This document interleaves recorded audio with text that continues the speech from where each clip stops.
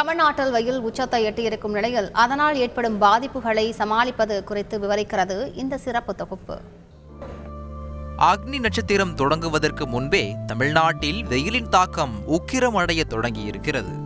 அச்சுறுத்தும் வெப்பத்தால் மக்கள் அவதிப்பட்டு வரும் நிலையில் கரூர், தருமபுரி, சேலம், நாமக்கல் உள்ளிட்ட உள் மாவட்டங்களில் வெப்ப அலை வீச வாய்ப்பு இருப்பதாகவும் வானிலை மையம் எச்சரித்துள்ளது.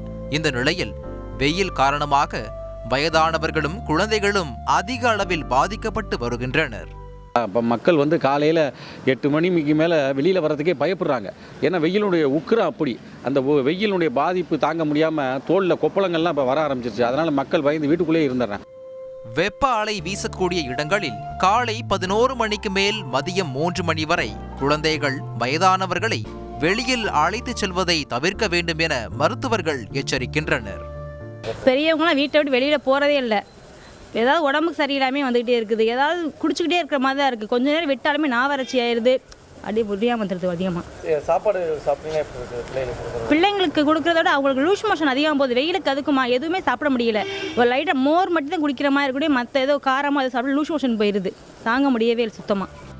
பிறந்த குழந்தைக்கு கண் பொங்குதல், பெரியவர்களுக்கு வயிற்று கடுப்பு, தோல் ஒவ்வாமை, நீர்க்கடுப்பு ஆகிய பாதிப்புகள் வெயில் நேரத்தில் அதிகம் ஏற்படும்.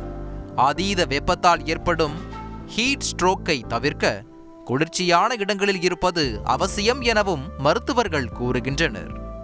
நம்மளுடைய பாரம்பரிய ஃபுட்டான முதல்ல பழைய சாதம், அதுக்கப்புறம் கஞ்சி, கூழ், இளநீர், நன்னாரி சர்பத்து, எலுமிச்சை பழச்சாறு, மோர், அதுக்கப்புறம் தர்பூசணி, கிர்னி பழம், கூழ், இந்த மாதிரி நுங்கு, இளநீர், இந்த மாதிரி பல நீர்ச்சத்துள்ள காய்கறி பழங்களை சாறுகளையும் சாப்பிட்றதும் இல்லாமல் நம்ம செயற்கை குளிர்பானங்களையும் அவாய்ட் பண்ணணும்.